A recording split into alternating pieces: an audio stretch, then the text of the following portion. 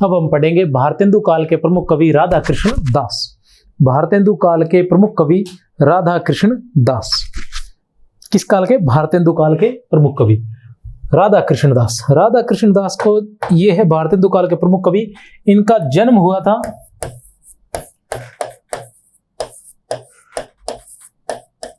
1865 ईस्वी में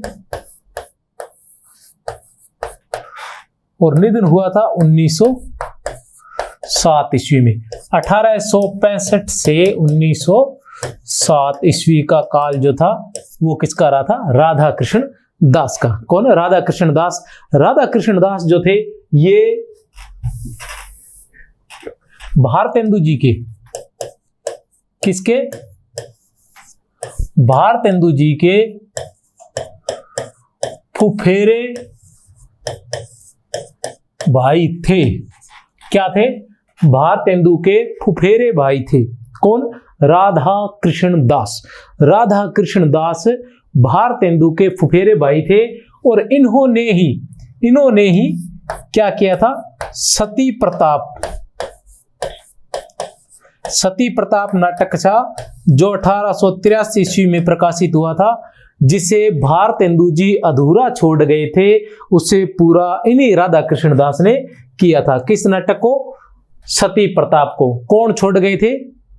भारतेंदु जी जिसे अधूरा छोड़ गए थे। भारतेंदु का अंतिम नाटक था सती प्रताप जो 1883 ईस्वी में प्रकाशित हुआ था, जिसे राधा कृष्ण दास, भारतेंदु जी अधूरा छोड़ गए थे और जिसे राधा कृष्ण दास ने पूरा किया था। ये उनके फुफेरे भाई थे राधा कृष्ण दास। राधा कृष्ण दास की बात आती है तो एक बात और भी आ जाती है कि राधा कृष्ण दास वह व्यक्तित्व थे जिन्होंने सरस्वती पत्रिका के प्रकाशन में अहम भूमिका निभाई थी। सरस्वती पत्रिका के प्रकाशन में अहम भूमिका निभाई थी। सरस्वती पत्रिका की बात करें तो उसके कब हुआ था प्रकाशन? 1900 ईस्वी में सरस्वती पत्रिका का प्रकाशन हुआ था। ठीक है, कब हुआ था प्रकाशन? 1900 ईस्वी में सरस्वती पत्रिका का प्रकाशन हुआ था 1900 ईस्वी में। और प्रकाशक कौन थे? प्रकाशक थे चिंतामणि घोष। कौन थे प्रकाशक? चिंतामणि घोष जो थे वो उसके प्रकाशक थे, प्रथम प्रकाशक। अब आती है प्रथम प्रकाशक की बात आती है तो हम कह देते हैं चिंतामणि घोष, और जबकि प्रकाशक और संपादक अलग अलग हैं और संपादक थे तो जो प्रारंभ में है 1900 ईस्वी में इसका एक पूरा संपादक मंडल था। 1900 ईस्वी में जब ये प्रकाशित हुई तो उसका एक पूरा संपादक मंडल था और उसके प्रमुख थे राधा कृष्ण दास जी। और राधा कृष्ण दास ने ही इंडियन प्रेस प्रयाग के निदेशक, इंडियन प्रेस प्रयाग से ये सरस्वती पत्रिका प्रकाशक होती थी। उसके चिंतामणि घोष एक प्रकार के निदेशक थे, डायरेक्टर थे, और राधा कृष्ण दास के प्रयासों से ही चिंतामणि घोष ने किसका किया था प्रकाशन? सरस्वती पत्रिका का प्रकाशन किया था। और इसके जो प्रारंभिक संपादक थे वो कौन से थे? 3 दास थे। एक नंबर थे हमारे राधा कृष्ण दास, 2 नंबर पर थे हमारे श्याम सुंदर दास और 3 नंबर पर थे हमारे जगन्नाथ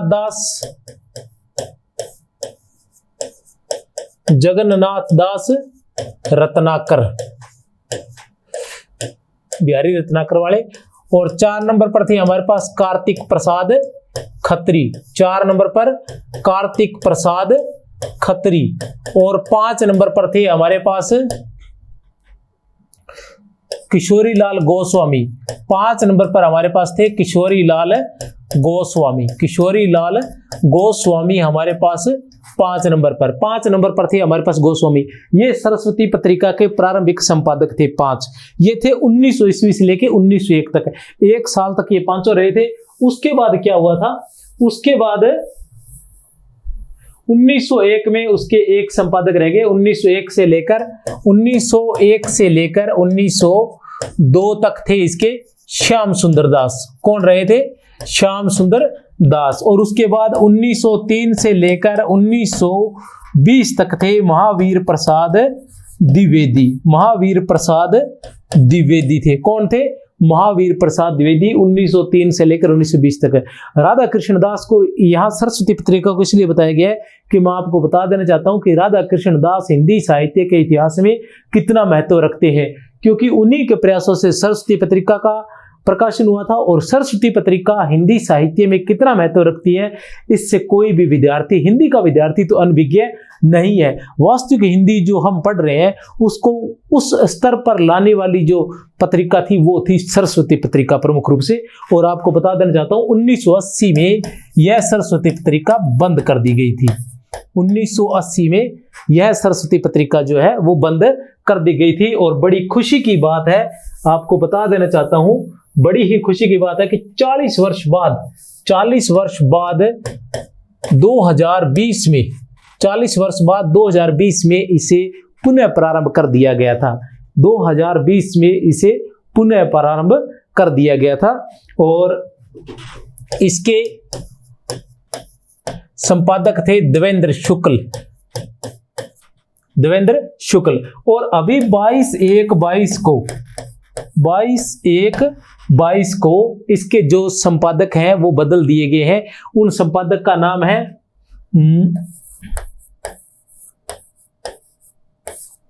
अनुपम, नाम है अनुपम पूरा नाम 1 मिनट में देख लेता हूं।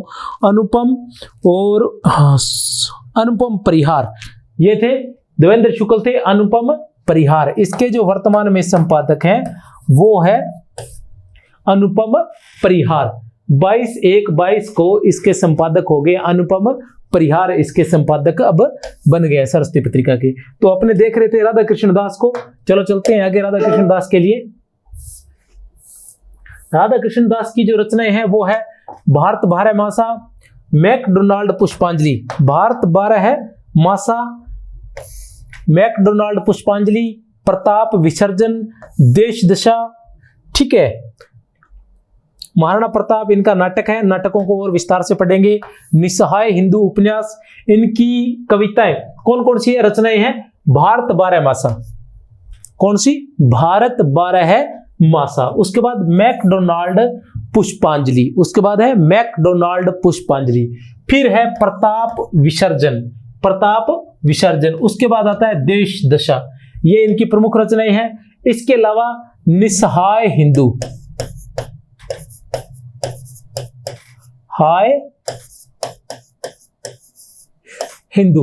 इनका क्या है? उपन्यास है। निस्सहाय हिंदू इनका उपन्यास है। निस्सहाय हिंदू क्या है? इनका एक उपन्यास है। इनकी जो कविताएं हैं या इनकी जो भी रचनाएं हैं वो किसमें है? राधा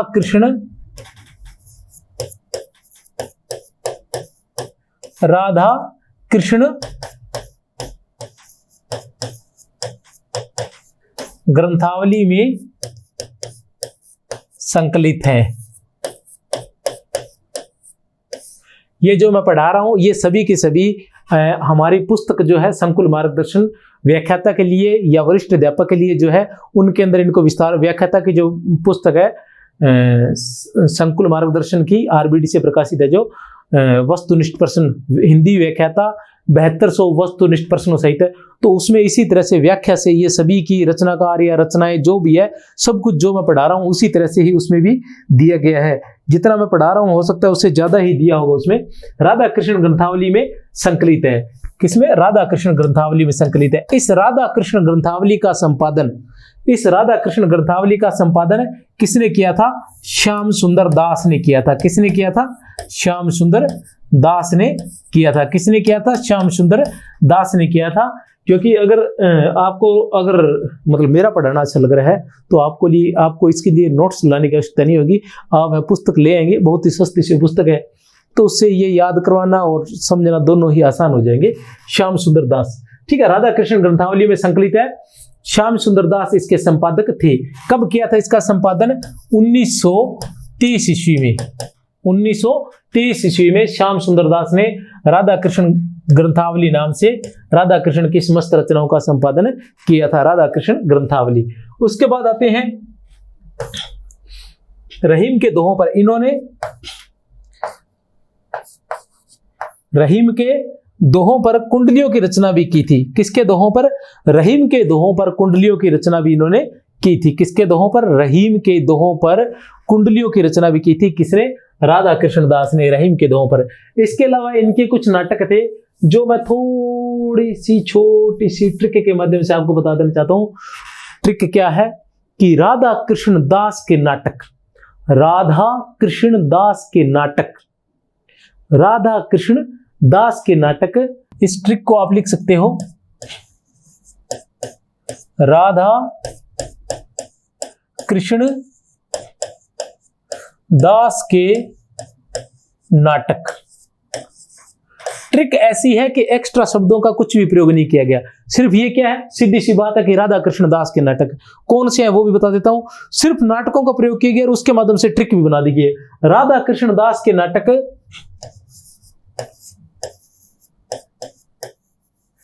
दुखिनी बाला में, राधा कृष्ण दास के नाटक दुखिनी बाला में महारानी पद्मावती व महाराणा प्रताप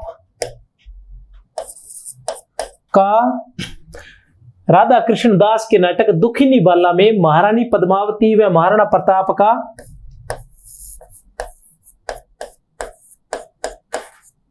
धर्मालाप दिखाया गया है। क्या है? राधा कृष्ण दास के नाटक दुखिनी बाला। नाटक कौन कौन से हैं?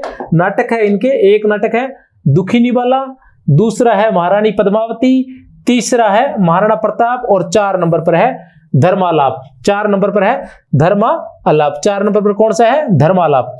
ठीक है, 1 2 3 और 4 सिर्फ नाम दिए, बाकी नाम मात्र के शब्दों का प्रयोग मैंने किया है। राधा कृष्ण दास के नाटक दुखिनी बाला में, राधा कृष्ण दास के नाटक दुखिनी बाला में महारानी पद्मावती व महाराणा प्रताप का धर्मालाप दिखाया गया है। राधा कृष्ण दास के नाटक दुखिनी बाला में महारानी पद्मावती व महाराणा प्रताप का धर्मालाप दिखाया गया है। ये क्या है? इनके नाटक है। इसके अलावा जो महारानी पद्मावती है, इसका एक नाम, अन्य नाम भी है, उस नाम से भी आता है, वो नाम है मेवाड़ कमलिनी। मेवाड़ कमलिनी। और महाराणा प्रताप का दूसरा नाम भी है, वो नाम है राजस्थान केसरी। राजस्थान केसरी क्या है? महारानी पद्मावती या मेवाड़ कमलिनी। महारानी पद्मावती या फिर मेवाड़ कमलिनी, महाराणा प्रताप या फिर राजस्थान केसरी। ये राधा कृष्ण दास के नाटक हैं। चलो आगे देखते हैं।